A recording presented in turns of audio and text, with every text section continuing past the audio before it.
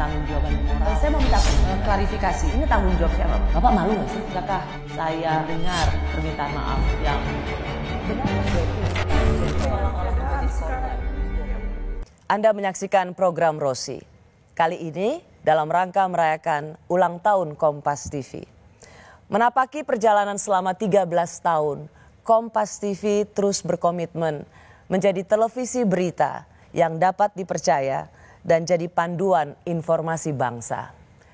Banyak peristiwa telah kami siarkan, tidak sedikit kisah kehidupan kami bagikan, menjadi inspirasi dan contoh bagi kita.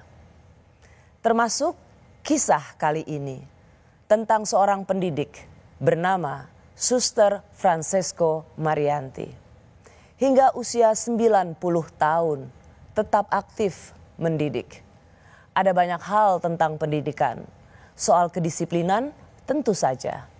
Tapi jangan melupakan kepekaan. Inilah kisah Suster Francesco Marianti.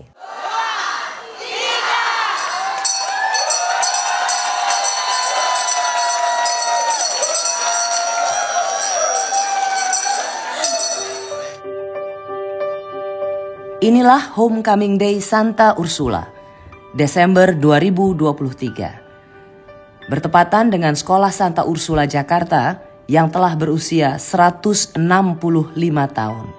Bintang utama acara ini adalah Kepala Sekolah SMA Santa Ursula sejak tahun 1973 hingga 1998. Siapa lagi kalau bukan Suster Francesco Marianti? Nama yang begitu lekat bagi para alumni Santa Ursula. Kita berada sampai di titik ini karena kita pernah dididik di Santa Ursula. Saya juga bangga semuanya. Ya, dan saya kira itu adalah juga bukan hanya saya. Anda yang juga hebat bisa mengembangkan diri Anda seperti itu. Saya juga banyak berubah karena Anda.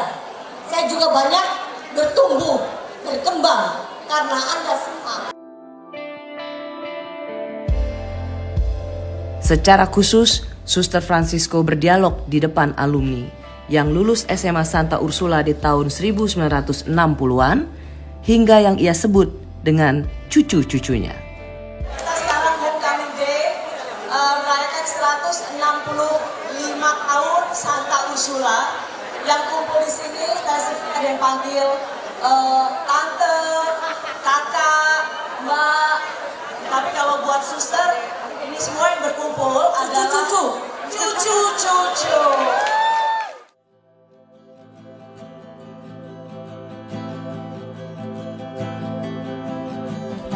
Suster Francesco Marianti, sebuah nama yang tidak bisa dipisahkan dari Sekolah Santa Ursula Jakarta.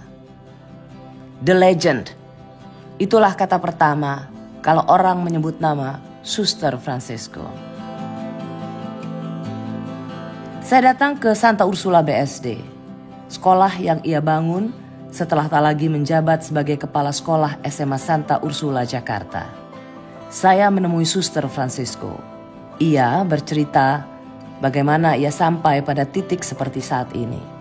Ia mengingat pengalamannya saat remaja, harus menempuh belasan jam dari Cirebon ke Jakarta agar bisa sampai di Santa Ursula untuk bersekolah.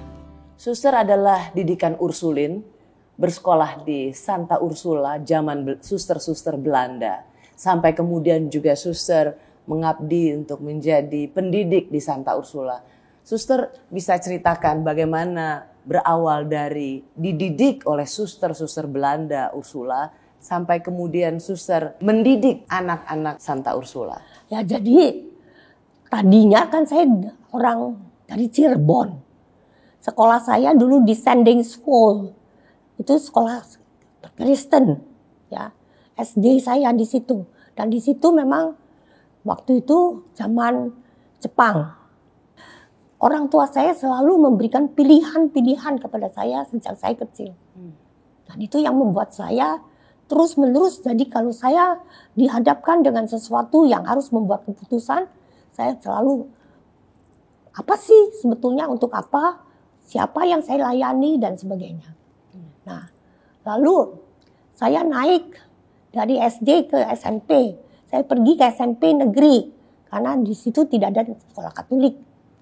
Ketika saya di SMP kelas 1, saya tidak tahu mengapa ayah saya mau menyekolahkan saya ke Jakarta dengan adik saya. Adik saya ke Kanisius, saya di Ursula. Ursula 8 Banteng. Nah, lalu syaratnya adalah saya harus mengenal pastor di Cirebon. Nah, saya tidak kenal kan. Jadi ayah saya mencari tahu bagaimana bisa berkenalan dengan pastor dari Cirebon itu. Jadi kami pergi ke pastoran, lalu pastornya mengatakan, begini, kalau mau kamu datang hari Minggu ini ke gereja, ya. Nanti sesudahnya kamu lihat. Nanti saya bisa beri tanda tangan supaya kamu bisa masuk ke Ursula dan ke Kanisius. Ya itu kita lakukan. Dan waktu itu hanya ada satu keluarga Katolik di Cirebon. Yang lainnya adalah tentara-tentara semua. Karena itu zaman peralihan 1948. Jadi tahun 48 itu suster SMP itu suster ya? Ya SMP kelas 1. Kelas 1 dari Cirebon jalan ke Jakarta untuk bisa bersekolah di SMP Santa Ursula. Wow. Jadi saya masuk langsung di kelas 2. Karena saya naik ke kelas 2 di Cirebon. Jadi ayah saya minta supaya saya dimasukkan ke kelas 2. Nah, ya sudah, itu pada hari itu kita harus pergi. Saya masih ingat di Cikampek kita harus turun. Karena keretanya hanya sampai Cikampek. Lalu nanti jalan 3 kilometer, nanti dapat kereta lagi untuk pergi ke Jakarta. Itu caranya tahun itu. Jadi pagi anak satu SMP loh yang mau naik ke kelas 2 SMP. Lalu itu jadi pagi jam 6 berangkat sampai di pintu air stasiun itu jam 6 sore. Nah, jam 6 sore saya diantar langsung ke Jalan Pos. Dan itu baru pertemuan saya pertama kali dengan seorang suster. Saya tidak tahu suster seperti apa. Suster Belanda itu suster? Ya, suster Belanda. Ya, lalu saya kan di rumah juga tidak biasa bicara bahasa Belanda, bahasa Indonesia. Ya, jadi ketika saya masuk ke situ, bahasa Belanda saya masih jelek sekali. Lalu pada malam itu yang pertama saya datang ke situ, ada layar tancap bioskop, tapi di lapangan. Lalu kita semua harus ikut lihat. Lalu saya mengatakan dalam bahasa Belanda, saya tidak mau. Lalu kata susternya, kemauanmu ada di belakang pintu. Your will is after the door. Gitu. Jadi itu berarti bahwa saya harus ikut. Lalu saya sudah capek sekali karena jam 6 sampai jam 6. Sudah capek sebagai anak kan. Lalu saya pikir, bagaimana ya? Ya sudah, saya duduk saja. Kan gelap semuanya, jadi saya tidur. Lalu ketika orang rame-rame saya bangun, ya sudah selesai. Itu perkenalan saya yang pertama dengan Jalan Pos. Nah, di situ memang kita harus pergi ke gereja tiap hari Senin, Rebo dengan Jumat. Ya, pagi. Itu ya dilakukan saja. Lalu ayah saya sudah mengatakan, kalau nanti kamu ada di Jakarta, kamu kalau waktunya libur tidak akan pulang. Karena kalau pulang, kamu harus pergi dari rumah, jemput kamu, bawa ke rumah, kembali lagi dan sebagainya. Coba berapa yang saya harus keluarkan? 2 anak. Lalu ya sudah, jadi kalau libur, saya selalu ada satu-satunya tinggal di asrama. Dan di situ saya kenal banyak suster. Yang lain boleh pulang, yang ya, suster pulang. Tidak bisa pulang. Demi menghemat biaya kan suster waktu itu konteksnya. Ya, jadi ya saya ada di situ dan saya berkenalan dengan banyak suster. Karena lebih dekat kan bagaimanapun.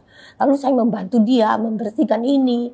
Membuat macam-macam ya, apa yang dia lakukan saya ikut bantu gitu. Yang tadi suster juga katakan soal anak baru kelas 1 SMP, mau naik kelas 2 SMP dari Cirebon 12 jam ya suster ya. Perjalanan dari Cirebon ke Jalan Pos 1 Lawan Banteng, tapi masih disuruh nonton. Satu hal itu tentang kedisiplinan. Tapi sebenarnya apakah juga suster menarik ada satu pelajaran bahwa disiplin satu soal, tapi ada soal kemanusiaan atau kepekaan terhadap itu. Jadi, kondisi murid. Kita kan bisa saja otaknya mengatakan perlu, tapi ada kepekaan, ya nggak punya uang, atau tidak mungkin karena orangnya sakit atau ini dan sebagainya, kan itu bicara. Jadi keputusan itu tidak diambil begitu saja, tetapi betul-betul melihat keseluruhannya. Saya bisa atau tidak.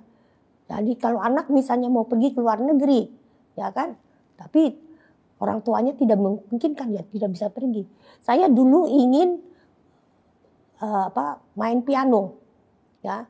Lalu susternya mengatakan, ya sudah kamu ikut ini aja les piano. Tapi les piano 10 gulden. 10 gulden itu saya punya uang saku.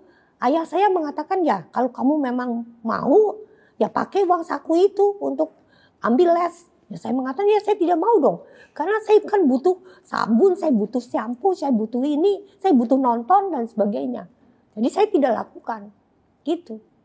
Ya, tetapi ketika saya menjadi lebih tua, saya dapat kesempatan itu, tangannya sudah tidak sesuai lagi, tidak bisa, gitu. Jadi apa lesson learned dari pengalaman itu, suster? Ya, jadi memang kalau orang diberi kesempatan, pakailah, pakai.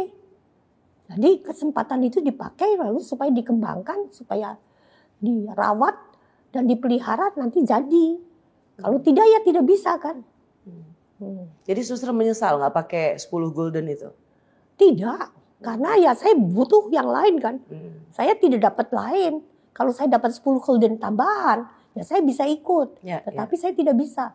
Tetapi ketika saya menjadi lebih tua, saya dapat kesempatan itu. Ya tapi saya sudah, tangannya udah terlalu kaku, tidak bisa. Tapi nyanyi bisa, pakai note bisa, gitu loh. Gitu. Ya. Jadi mungkin juga di situ ya kalau ada anak itu mahal juga sih suster untuk les piano zaman itu ya, 10 gulden kemahalan. Mestinya kalau dia lihat ada anak yang sangat berbakat, mungkin atas nama kemanusiaan juga mungkin tidak perlu semahal itu. Saya juga merasa kok susternya begitu pelit ya. Saya mengatakan kalau dia tahu bahwa anaknya bisa, kenapa dia tidak gratis beri gitu. Yeah. Tapi ya pada saat itu tidak bisa, ya sudah, tidak apa-apa. Itu enggak, suster, interaksi suster dan bagaimana suster melihat kebijakan-kebijakan suster Belanda di zaman itu masuk ke dalam pikiran suster dan kemudian menjadi salah satu yang suster refleksikan dengan koreksi. Kedisiplinannya ya, itu pasti. Ya, lalu kejujuran dan kepekaan atau kemanusiaan itu suster. Ya, itu. Karena saya mengalami sendiri, waktu itu suster, uang sekolah saya di masa itu tahun awal 80-an, ya oke, bisa mahal karena saya masih punya ayah. Tapi begitu ayah saya meninggal, ibu saya ibu rumah tangga, suster langsung menurunkan uang sekolah saya menjadi, kalau saya nggak salah cuman 5.000 apa 10.000. Sama seperti karena di sini. Ibu saya cuma seorang ibu rumah tangga. Sama di sini juga. Kalau orang tuanya meninggal, bapak ibunya meninggal, nanti saya tanya, Bu, Mbak Ibu bisa bayar berapa? Silakan. Bisa bayar berapa? Karena saya kan tidak tahu berapa. Yang mampu biasanya suster kejar tuh, ayo bayar mahal. Tapi kalau memang suster tahu ada ketidakmampuan dari satu keluarga untuk menyekolahkan anaknya di Santa Ursula, itu suster dengan sangat, karena saya bisa mengatakan ini karena saya mengalaminya dan ibu saya sangat terharu waktu itu suster. Tapi karena itu ibu saya tidak bekerja ada dan ayah saya meninggal. Satu anak si Medi. Itu dia sudah lulus lalu mau daftar sebagai dokter, nggak punya uang. Lalu saya mengatakan, uangmu berapa? Saya tidak punya uang suster, ayah saya tidak bisa beri. Berapa butuhnya? 125.000. Ya sudah, saya pinjemin kamu, nanti kalau kamu punya uang kamu kembalikan. Dah, kamu daftar jadi dokter. Sekarang jadi dokter. Wow, uangnya Ya, udah dikembalin suster? Enggak dikembalikan karena saya mengatakan tidak usah. Kalau begitu nanti kalau suster periksa nggak boleh bayar. Memang dia baik sekali. Jadi dia sekarang jadi dokter kaki anak-anak dibetulin.